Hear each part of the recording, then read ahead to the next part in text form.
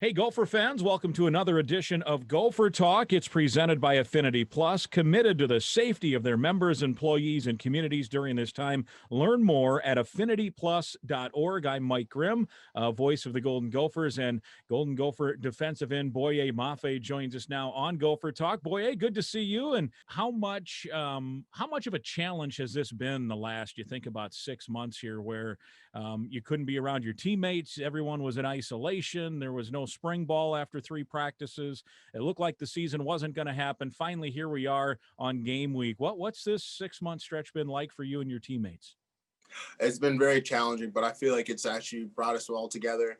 One of the hardest things is you don't really get the chance to hang out with your teammates. You don't get the chance to see your teammates when the situations with COVID. We didn't really have the time that we normally spent together in the summers and the spring and beginning of the fall. And the thing was that we didn't really get to have that in-person interaction. You don't have the time to learn who your freshmen are at a close level, but I feel like the way we went about it with the way we Zoomed and the way we met and the way we got to meet each other, I felt like it was perfect. I felt like we were still in the office and still hanging out in the team meeting room and all the meetings, the way we were Zooming and talking to each other. And so I felt like the way that we went about it was the best way we could do it. You played last year. Now you're going to start this year. What does that change anything in terms of how you go about your business? Does it change how you mentally get ready for a game on Saturday? It definitely changes how you go about your business. Yeah, it put me in a different role as I was in last year.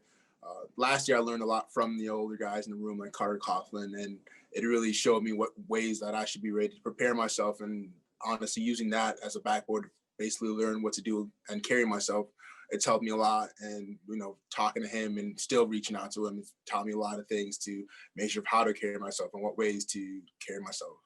How's Carter doing, by the way? I know you mentioned that you talked to him, and you guys, I think maybe this week or last week, had a chance to catch up. He's doing really good. He's out there in New Jersey. It's a different world out there. He said, but he's still doing good.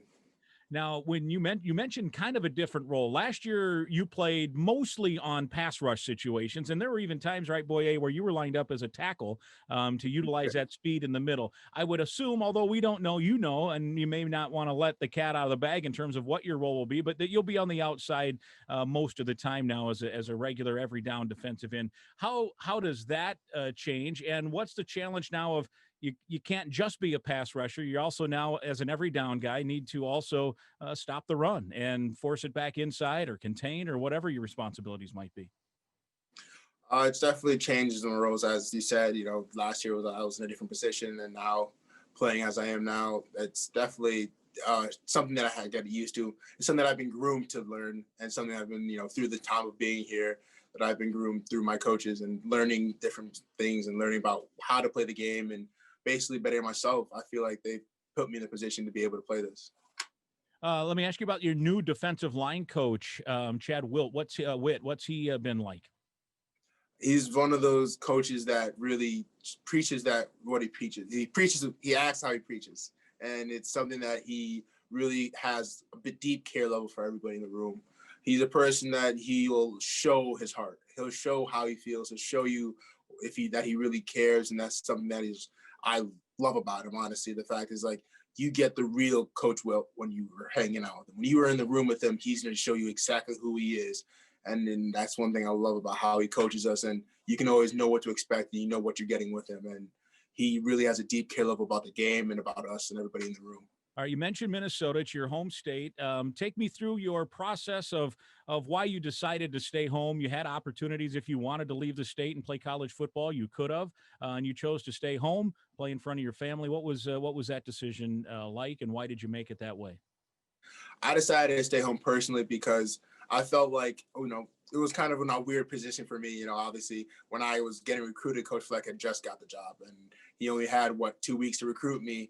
And one thing he really sold me on is that he has a life program here, and the fact that he's not just about football, and that he wanted to restore what was Minnesota back to its legacy when Minnesota was one of the dominant teams in the Big Ten. So the fact that he saw the vision of winning the championships and winning to be able to get towards that future, that's something I wanted to get right alongside with. And the fact that he would talk about more than just football with me, and that he actually cared about, like, my life. talking about how I'd be as a father, how I'd be in the workforce and things like that. And the fact that it's not just talking about X's and O's, he'll talk with you about everything. So that was the decision. Now you're a few years removed from it. You've been in the program. Did he deliver on his promise on that recruiting trip and that recruiting visit?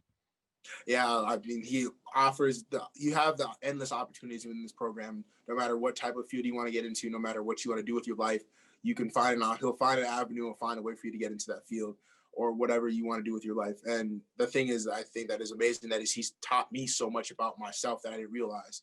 He's taught me about, how to carry myself as a man, how to, think about family orientation and basically looking at towards the future of what I want for my future. He's found ways to teach me about that, and along with my other teammates, with the way that we go in our off season, during the season, with leadership council and all the other things he does. He finds a way to teach you in every moment. Minnesota's awfully proud of when kids stay home. It's a unique state. What did playing high school football here, how do you think that helped shape you being a Minnesota high school football player? Minnesota high school football, especially gets cold in late November. I think we're probably, on the colder end of all the Big Ten teams. So, I mean, you get used to those. It's our north, Minnesota is one of the colder states in the Big Ten. So it's something that you get used to. And especially with the late season we're having now, it feels like something that you were born to play. And it feels like something that if it was 100 degrees at a game, it'd feel like I was out of place, honestly. But now that seeing it like how it is, being in the cold, it's something that you basically fall in love with, the fact that it's like the grittiness and people don't like to play in the cold, but we do. And, being from Minnesota, being able to play for your home state is something that's just so much pride and so much, this makes energy. And obviously, you'd love to have a lot of those Minnesota people.